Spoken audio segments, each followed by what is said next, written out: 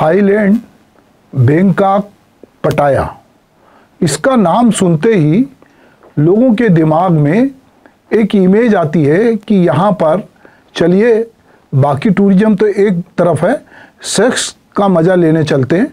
और पूरी दुनिया में चाहे वो शुगर डैडी हों, चाहे यंग लोग हों, सब जो है बैंकॉक, थाईलैंड में अधिकांश लोग जब यात्रा में जाते हैं तो वहाँ पर वो, चूँकि वहाँ सेक्स जो है उपलब्ध है, तो उसके मज़े लेने जाते हैं। सागर की लहरों में कम गोते लगाते हैं और सुंदरियों की बाहों में ज़्यादा गोते लगाते हैं।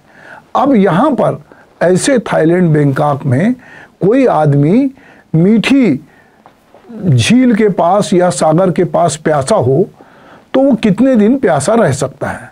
अब कई बार ये होता है कि आपके धार्मिक संस्कार, पारिवारिक संस्कार या धार्मिक जो बंधन है, संस्थागत बंधन है, वो आपको कई बार सेक्स से परहेज करने की व्यवस्था से बांधते हैं।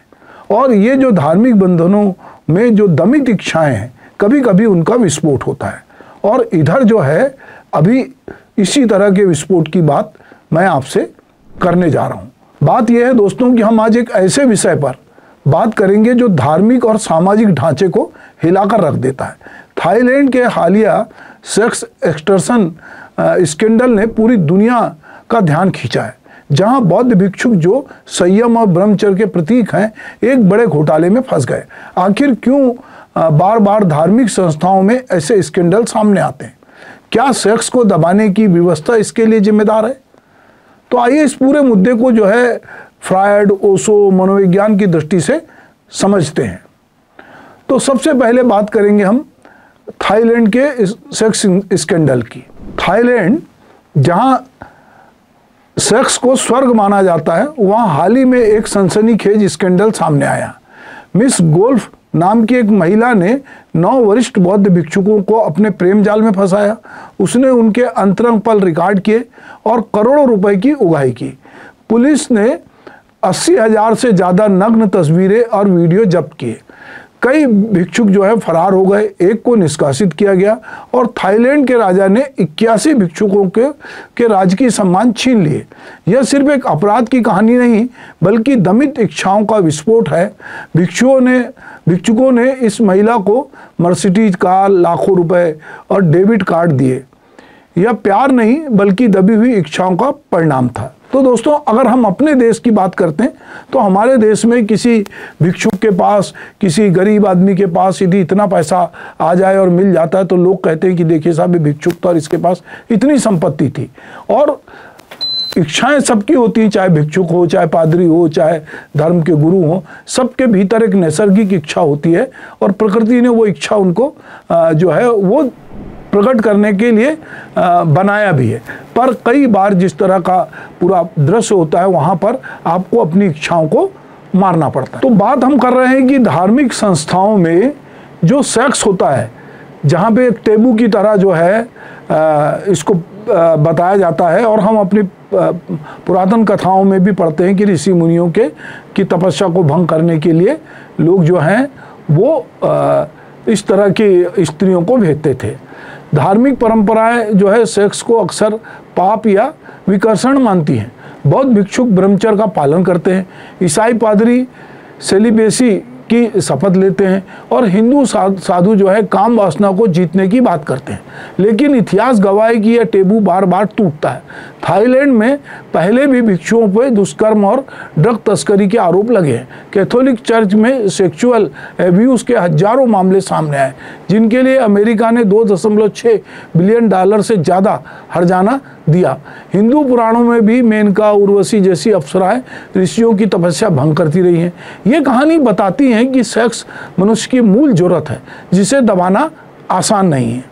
तो इस संबंध में मनोवैज्ञानिक कहते हैं कि सेक्स सिर्फ प्रजनन नहीं, बल्कि हार्मोन्स बैलेंस और तनाव कम करने की जरूरत है। लेकिन धार्मिक संस्थाएं इसे दबाने की कोशिश करती हैं, जिससे दमन होता है। दमित इच्छाएं अवचेतन में जमा होती हैं और असामान्य रूप से फूट पड़ती हैं। धार्मिक संस्थाओं में सेक्स स्कैंडल अक्सर पावर डायनामिक्स से जुड़े होते हैं। पादरी या भिक्षुक की स्थिति उन्हें अछूत बनाती है, लेकिन यही पावर की दुरुपयोग की ओर भी ले जाती है। अध्ययनों से पता चलता है कि सेलिब्रेसी की मजबूरी अलगाव, अवसाद और विस्फोट व्यवहार को जन्म देती है। थाईलैंड में 90% लोग बौद्ध हैं और 2 लाख भिक्षुक जो है सक्रिय हैं, लेकिन ऐसे स्कैंडल आस्था को ठेस पहुंचाते हैं।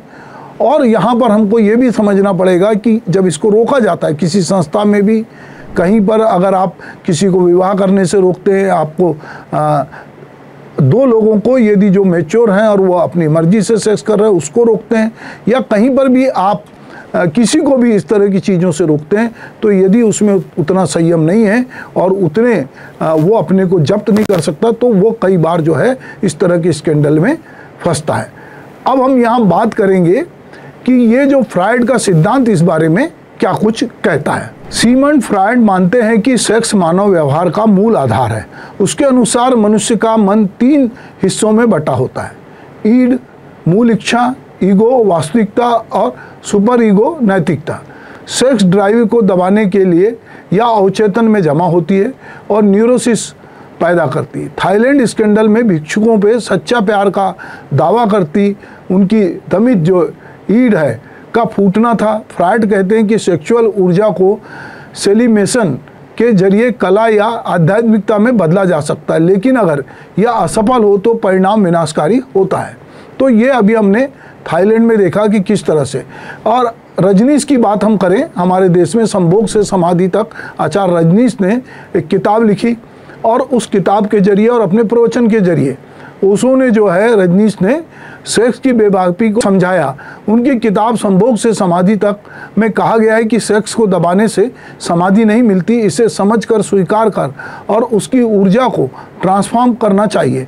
ओशो तंत्र दर्शन से प्रेरित थे, जहां सेक्स को आध्यात्मिक अनुभव का माध्यम माना जाता था। अगर थाईलैंड के भिक्षुक सेक्स को दबाने की बजाय समझते तो शायद यह स्कैंडल ना होता। ओशो और फ्रायड दोनों दमन को समस्या मानते हैं, लेकिन ओशो समाधि की ओर का रास्ता दिखाते हैं। तो इस बात को हमको ये भी समझना पड़ेगा कि ये जो कुछ हुआ है इसमें क्या ऐसा नहीं होता या ये केवल थाईलैंड में। तो थाईलैंड का स्कैंडल हमें सिखाता है कि सेक्स को से परहेज करने की व्यवस्था स्कैंडल पैदा करती है, ना कि पवित्रता। धार्मिक संस्थाओं को सेलिब्रेसी पर पुनर्विचार करना चाहिए। क्या सेक्स को टेबू बनाने की बजाय इसे समझना और ट्रांसफॉर्म करना बेहतर नहीं है? आप इस बारे में क्या सोचते हैं?